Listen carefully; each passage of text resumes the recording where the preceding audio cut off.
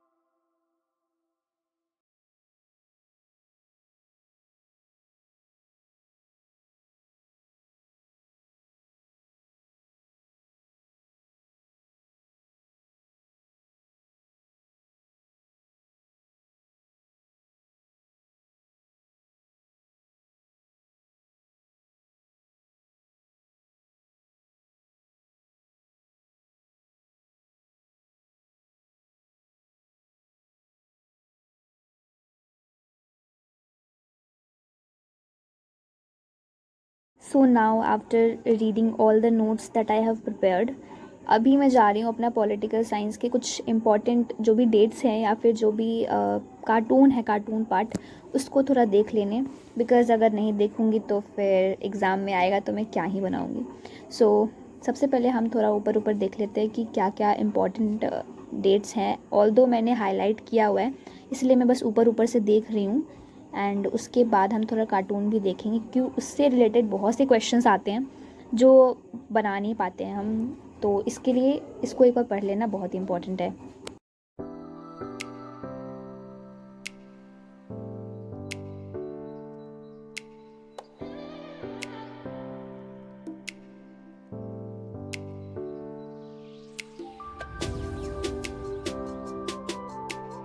So guys, after पढ़ाई लिखाई it was almost 7:30 AM. So I took this healthy breakfast you can say. सबसे पहले एक गिलास पानी पिया एंड देन ये कुछ सैलड टाइप मैंने बनाया बिकॉज़ हेल्थ का ध्यान रखती हूँ आजकल मैं. एंड देन उसके बाद मैंने रेस्ट लिया. आई टुक अ रेस्ट लाइक 15 से 20 मिनट का रेस्ट लिया एंड देन अगेन कंटिन्यू किया अपने नोट्स का रिवीजन बेसिकली किया जो मैंने बनाया था. Short notes like very important during examination, but ऐसा प्रेफर किया जाता है कि हम लोग जो स्कूल के स्टूडेंट्स हैं तो वो ज़्यादातर रिलाय है अपने स्कूल के नोट्स पे, मतलब बड़े बड़े नोट्स. बट आई प्रेफर कि शॉर्ट नोट्स अगर रहे तो आप अच्छे से रिवीजन कर सकते हो और आपका बहुत टाइम बच जाता है.